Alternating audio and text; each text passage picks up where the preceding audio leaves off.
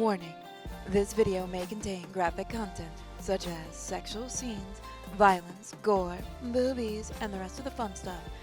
Unfortunately, YouTube won't allow that, so we'll try what we can. Please be over 18 to view this video, and don't say we didn't warn you. Endlessly searching for an original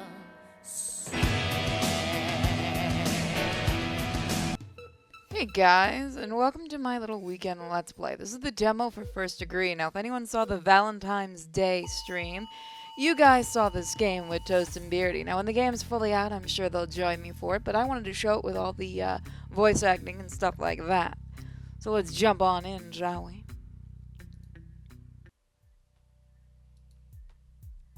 It's intoxicating, the rush, the colors, the expression, the science. Sometimes the only way to learn is through hands-on experience. I need to know how. How are the cuts so clean? Maybe if I... Or what about... I put my notebook on the medical table beside me. Placing my hands on the bound man's legs, I lean in and gaze down at him. Sorry that I crossed your path tonight, but rest assured, you'll be a great contribution to my case. I can't hear this without thinking of Toast doing the voice. I retrieve a number 10 scalpel from the medical tray as my victim screams through his gag. Shaking his head as if he can somehow deter me, tears stream down his cheeks as his hands fist. His chest heaves with each strained breath. Thank you for your contribution, number 7. Okay, start at the second rib down, make a vertical incision to the fourth rib, don't panic, horizontal cut halfway across the breast, just below the first rib and above the fifth, hold the skin back, expose the muscle. Come on, you've done this 6 times already, don't mess this part up. Repeat the same incisions in the muscle and expose the rib cage. Okay, so far so... sloppy cuts, he keeps squirming. You're already ruining my experiment. Stay still. Otherwise, you'll feel even more pain. What an annoyance. There's no way I'll be able to understand the doctor's way of killing at this rate. I get the basics. But how does he master such clean cuts?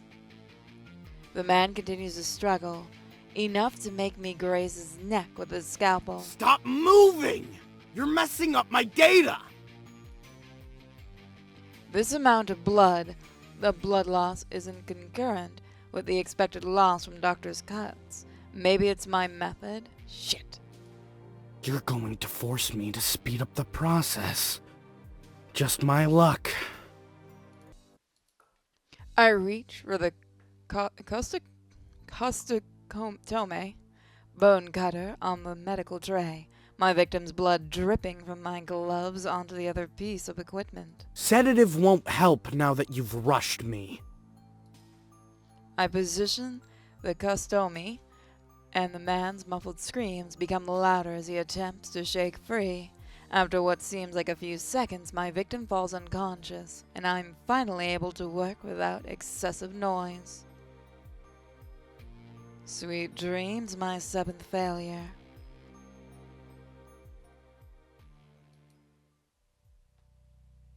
Detective Steele walks onto the scene, lifting the yellow police tape and ducking beneath it. The area is already numbered and marked as he steps carefully. Looking at the body, he furrows his brow, instantly recognizing the kill pattern. Hello, number 7. Damn. Hey, Ray! Hurry up, we don't have all day.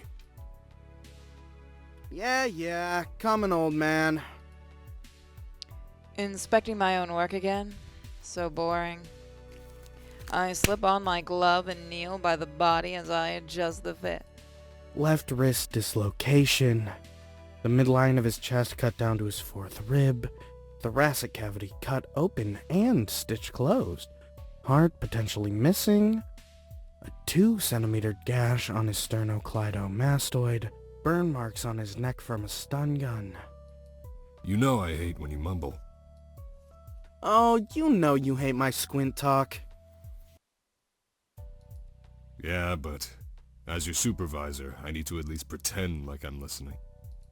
How about I just talk a little louder for you? Is it so difficult to just talk normally? Yes, because we didn't stop for breakfast. How old are you again? You still owe me a breakfast sandwich. Don't forget. How could I possibly with your whining? Anyway, back to business. I'm gonna have to autopsy the victim to get any final results. At this point, all I can tell you is that the approximate time of death is between 7 and 8 hours ago.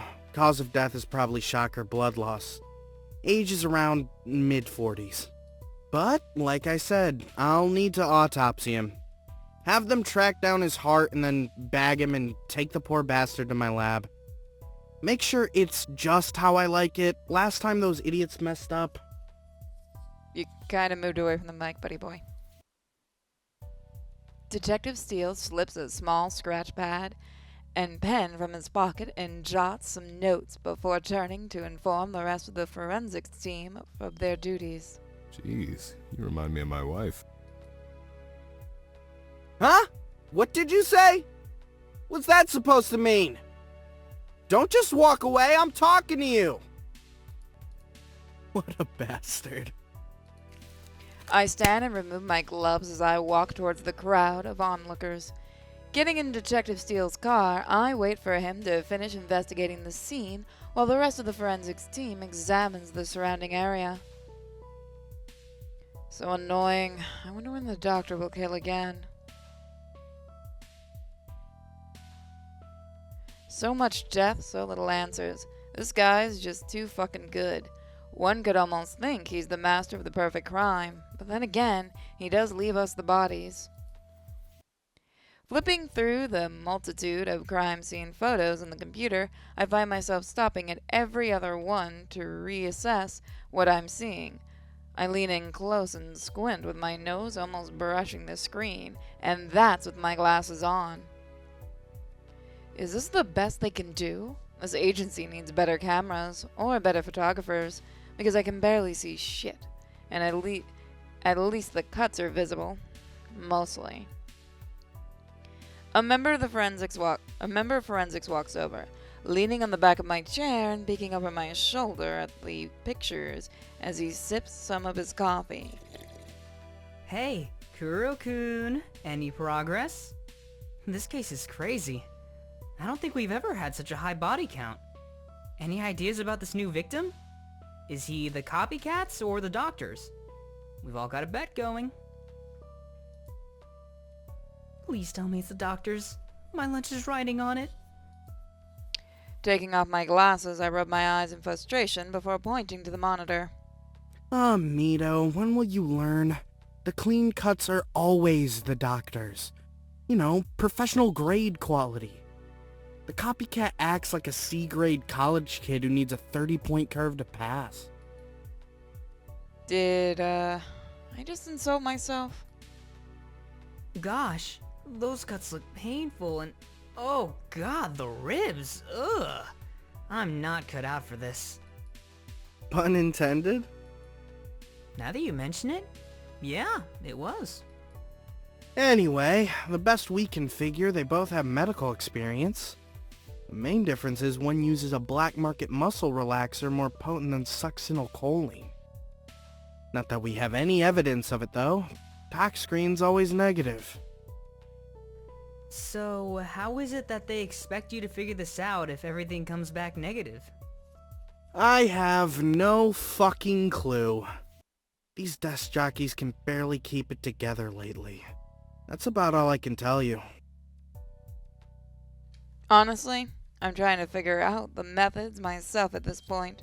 The process isn't important, just who did it. Now before we do that, I do want to show this off, and something really cool is talk screen, determine amount, and types of drug in the system, so you can actually see as you go in different things that have been unlocked to do a bit of explanations. Because as you guys know, those that were at the stream, we were trying to figure out certain words. Well, I was not smart enough to look at the glossary. Crystostomy. a surgical instrument for cutting the ribs and opening the thoracic cavity. Now, if I do say any words wrong, I am not a doctor, so please forgive me. I've not had really any medical training that would help me with this kind of thing, and speech impediments help. Listen, I'm not the one that told you, but every new kill is like a day at the races here. Let's just hope next kill I get a few hundred. I've already lost $60, can you believe it? He laughs jokingly and taps me on the shoulder. We chuckle before I turn back to my monitor as he walks away. See ya, partner. What a strange guy. Continuing to flip through photos, one of my biggest questions still eats at me. How is he drugging his victims? No punctures between the toes, none behind the ears or on the arms, and it's not as if you can just drink this stuff for the same results. Even if I could get my hands on it, I doubt my paycheck would cover the cost, and it's not likely I fully understand how he uses the shit. Alright, let's access the phone. Hello. Body's an autopsy. As you know, this is priority. Well, someone's happy to talk to me. What happened to, "Hey hun, how are you"? Hey, hun, how are you? That's better. Come on. I need you down here in 5. He hangs up. God, he's so much fun to tease. Standing from my desk, I shut down the computer and grab my case files before heading down to the lab. We meet again, number 7. Let's make this fast, shall we? I pull on my latex gloves and prep for the autopsy. Consulting the case files, I browse for any noteworthy evidence. Definitely cuts out of place, abrasions or punctures, and I should also run a toxicology report as a precaution. I begin recording the session. The victim is approximately in his mid to late 40s, about 1.82 meters in height, and about 93 kilograms in weight. Time of death, approximately Sunday, 12:30 a.m. I perform a regular exterior exam and take samples before continuing with the interior, using scissors to cut the suture on the chest to open the thoracic cavity. All that hard work for nothing. Oh, looks like your heart's been taken out too, huh? Let me guess, your murder has been staged in an alley, but to the agency, your actual place of death is a mystery. The victim was probably conscious for the skin degloving and rib breakage, seen from the blood flow pre-mortem. The victim's heart was removed post-mortem, as blood flow seems to have decreased in the area. Cause of death is probable blood loss. Let's go check the glossary. We got lots of new words. Pre-mortem, before death. Post-mortem, after death. And we also have the degloving. Degloving, skin torn from underlining tissue. That sounds fantastic and not at all painful. This guy should take it easy on his liver. Feeding the organs through each hand, I feel for any inconsistencies in the flesh before palpitating the site of the wound and structures. Palpitate. Examine by touch. Everything's consistent so far. Pulling my hand out of his chest, a long string of syrupy blood follows, and marks trail down the victim's side. What's this? Lying on the corpse's stomach, the dark-colored material is coated with red tar and imitates a flesh-like quality. Oh, don't fucking tell me. Could that be... Oh, great. Just fucking great. It's rare that my gloves tear, for me, 2 times less than a condom. When it happened last night, I didn't think to look more closely for the missing tip. I never imagined it had fallen into the body. So here we go. We have our first quick save here. Shit. How should I cover my ass? Remove it while investigating thoracic cavity. Running my hands back up the trail of blood, I catch the material on the surface of the glove as I pretend to re-investigate a small part of the wound, playing it up slightly for the camera. I thought I saw something. My mistake, I guess. Removing my hand, I discreetly use my thumb to hold the material in place for the rest of the autopsy. Alright, that wasn't noticeable. I just need to dispose of the gloves and everything will be fine. I should just conclude the autopsy for today.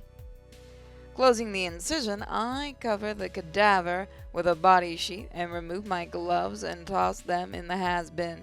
Afterwards, I place a few bags of evidence containing pieces of the victim's hair, skin, and blood samples on the counter. Resting my hands on the countertop, I sigh as I look down at the evidence bag. To finish my autopsy, I pull out a coroner's report to file my paperwork. I draw the wounds onto a male model on the paper and file the cause of death as blood loss.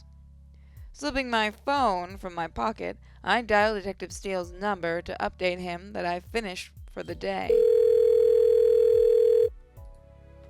What did you find? Not much, but we both knew that. Figures. I'll be down in a minute. Okay, see you in a few, boss. I hang up the phone and wait for him in the hall. I pace slowly in the hallway before looking down at my feet with hands in my pockets as a small touch startles me. As a brown grease-stained bag taps my arm, I turn to find Detective Steele smiling at me and holding it out between us. Peace offering?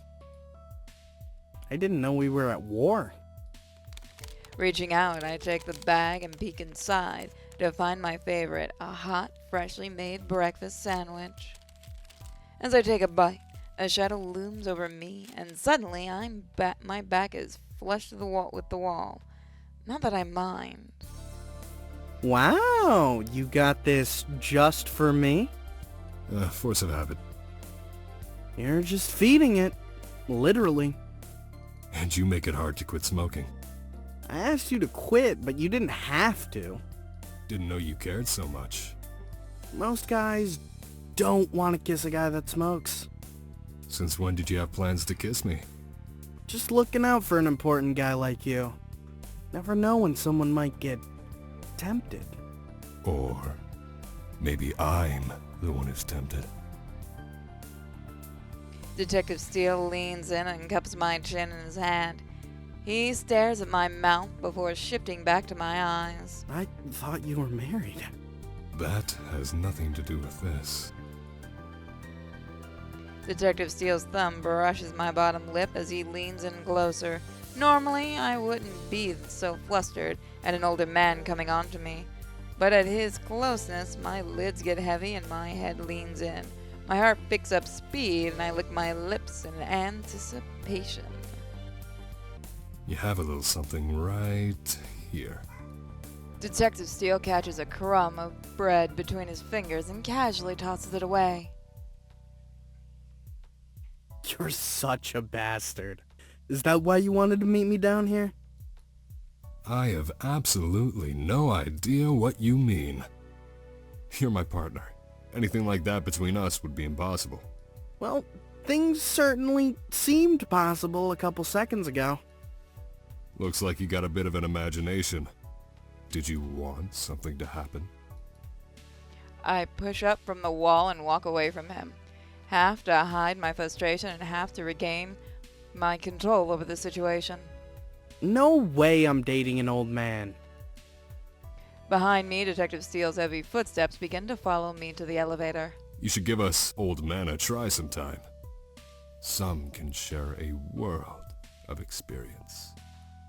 If you haven't noticed, it says in my file that I'm a very responsible and very mature employee who would never screw his boss.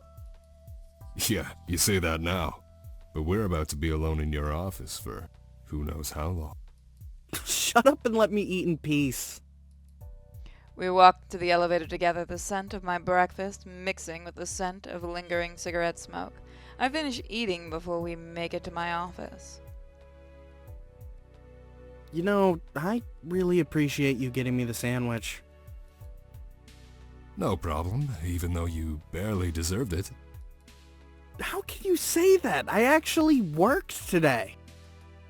That's why I said barely. But it would be nice to get this kind of production out of you more often.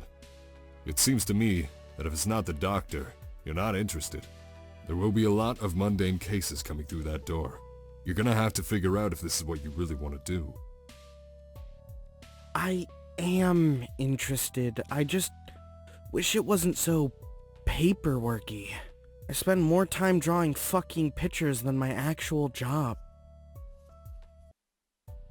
Paperwork is the job. Just remember that before you ask for that work extension. It's not just here. No matter where you go, you could expect the same. Is that your subtle way of asking me to stay? I want you to stay. Is that less subtle? Why are you so set on this? I'm not that good. We both know you're not the humble type. You are that good. Anyway, let's talk about what you found. Fill me in. My heart skips a beat as he asks. Should I tell him? I could save my ass the trouble later if I do. Just in case. Nothing out of the ordinary. What were you expecting? Something in exchange for that breakfast sandwich would be nice. What, you want a refund? That's not the way it works. Well, maybe Mito will find more on the follow-up. That gambler? You know they take bets over this shit, right? I know. I got kicked out of this pool. Kicked out? Yeah, apparently I had too much information. So in other words, you were kicking their asses. It's good money. Not that I need it, or that it's totally ethical betting on the dead. Which is why I wouldn't expect it from you. Gotta do something to keep yourself sane. You know, your shift's almost over. Will you need a ride home? No, I'll catch the train. I wouldn't want to make you keep your wife waiting.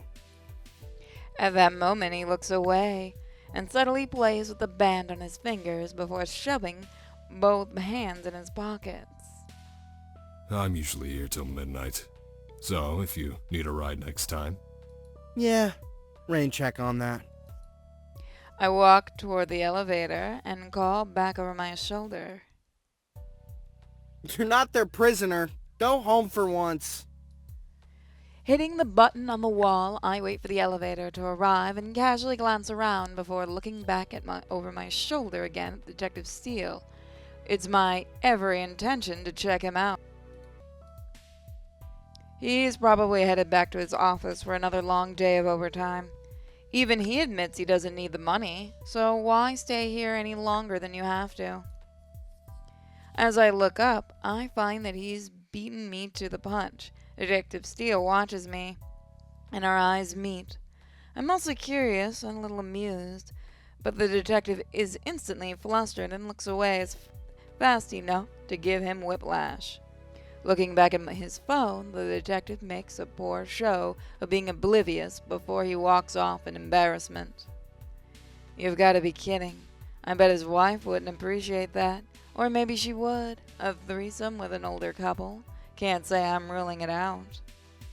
I smile to myself and feel both confident and thrilled that I've caught my stiff, stoic, hard-ass boss doing something considerably out of character.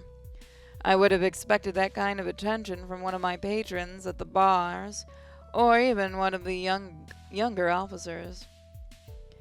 I'm on to you, detective. Ooh. Finally, home. And with that, we'll see what happens next time in the demo. See you guys then.